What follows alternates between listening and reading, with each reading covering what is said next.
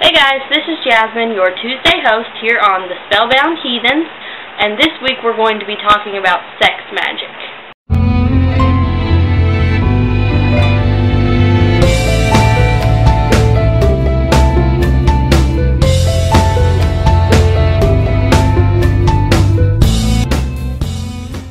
Okay guys, so as I said, we're talking about sex and sex magic this week.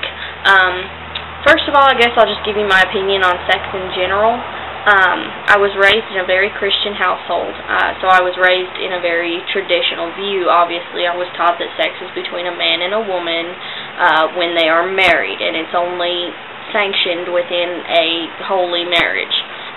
Now, I'm a lot more liberal with my opinions on that, obviously. I'm a big supporter of the LGBT community. I have no problem with that. I'm not a member of that community, but you know, I have no problem with it. But I do have a little bit more of a traditional view of it. I don't know if that still stems from my older beliefs in Christianity, or if it's just my opinions. I'm not really sure. But I do think you need to be safe. One, always use protection, no matter what the case.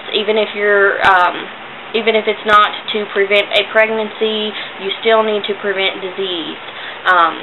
If you do not use a condom, you can catch a disease. There are several other methods to this, but birth control is not going to help you ladies. With the disease part of it, you can be on birth control for your pregnancy, but you still need to use a condom so that you don't catch herpes or AIDS or gonorrhea or syphilis or any of these crazy diseases that are running rampant right now. So I thought I'd throw that in there.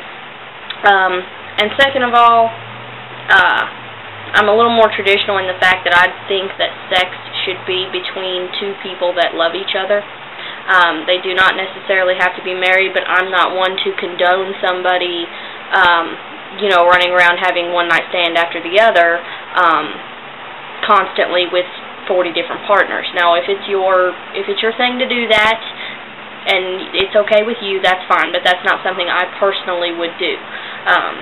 I just don't think that is particularly safe in any way, shape, or form. Now, for the other part of this, we're going to be talking about sex magic. Now, this is not to be confused with sex and its role in paganism, because that is an entirely different topic, because sex and fertility obviously plays a huge role in paganism. Fertility rites were one of the first pagan practices that came around with the spark of animism, when animism came around from, you know, our ancestors thousands of years ago. But we're talking about sex in magical practice today, in modern times. For those of you that don't know what sex magic is, it's basically, and there could be differences of opinions on this because there's different practices, but in my opinion, sex magic is when you use the energy of your climax in order to put that energy towards an intention. Just like when you're doing a spell and you raise power, you raise a cone of energy. You do that in order to raise enough energy to eventually switch and direct that energy to your intention. It's the same with sex. If you are with a partner who you are on a basis that you can share these type of things with, and you get permission and decide that you're going to do a sex ritual, basically, and I'll talk about the permission thing here in a minute, then basically you would go ahead the way you usually do things. I mean, I'm not going to go into big detail, but as you are in the act, you want to be thinking about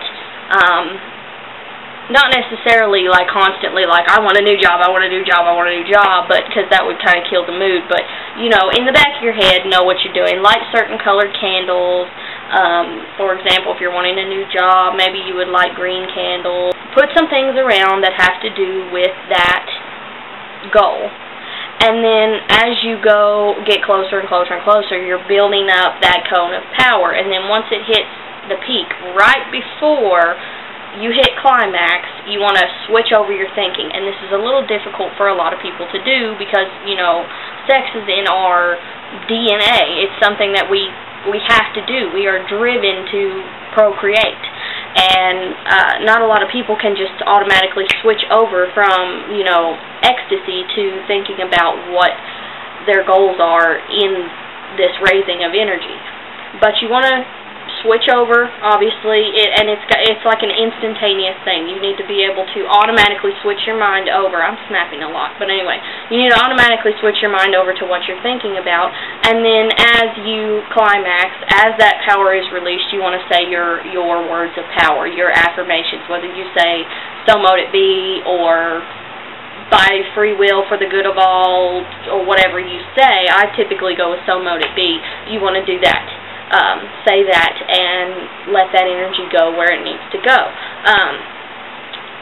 It is a very, very powerful form of magic, and some people would consider it to be a form of high magic, which when you go into different orders of high magic, such as the Freemasons, the Order of the Golden Dawn, you see more and more of this ritualistic sex come into play because it is so powerful. So because it's so powerful, in my opinion, you should not do this without your partner's permission. I just think it's kind of rude. It's common courtesy. That would be like throwing a birthday party for somebody so that you can eat their cake and ice cream. It just doesn't, you'd be stealing their energy for your purpose without letting them know. And besides that, if you can get somebody else in on it for the same goal, that's twice the energy that you're putting into that cone of power and letting out, rather than just your own side of it. It's two. It's both, well, I would say both the male and the female, but it could be two male partners. So for me, it would be both the yin and yang energies, but for other people, it may be different. So I personally do not think you should do it without permission from your partner. Unless you're doing it alone. A lot of people will do this alone. Obviously, that would be through masturbation, and it's the same process. You would do what you normally do, except for at a certain point when you are about to climax, you would switch your brain over, switch your thinking over to your goal. Say your words of power, and you're done.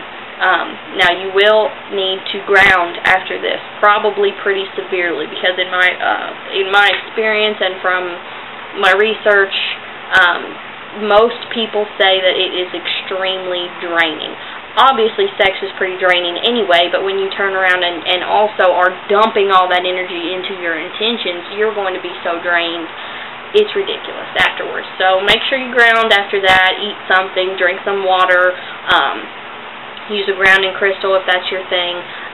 But I think that's pretty much all I really have to say on the topic. But I do have a book I'd like to recommend to you guys, and it's called Witch in the Bedroom, Proven Sensual Magic by Stacy DeMarcos. Looks like this. As you can see, I got it for $3, so this is not an expensive book. And that was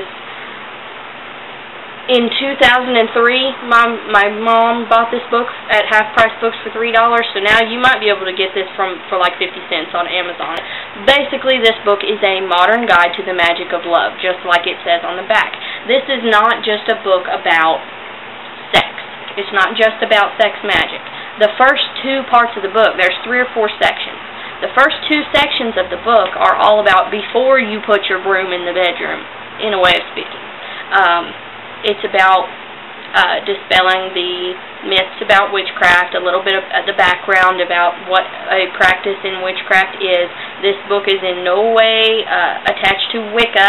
There's pretty much nothing about Wicca in this book. There's a little bit when they're talking about the myths and stuff, but this is solely about witchcraft and the practice and way of the witch.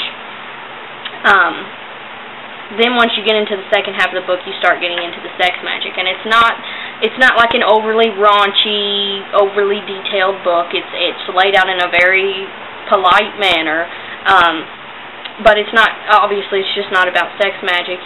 She's got things to attract your ideal partner, overcome first date jitters, if you need to find a date or find your soulmate, one of the two, heal psychic scars from past breakups, synchronize your sex life with the seasons. That's a very interesting one. If you want to learn how to synchronize your sex life with the seasons, pick up this book because it's actually quite interesting. Or conquer, your fears of sex or your fears of your own body. It's a fantastic book. She's from Australia.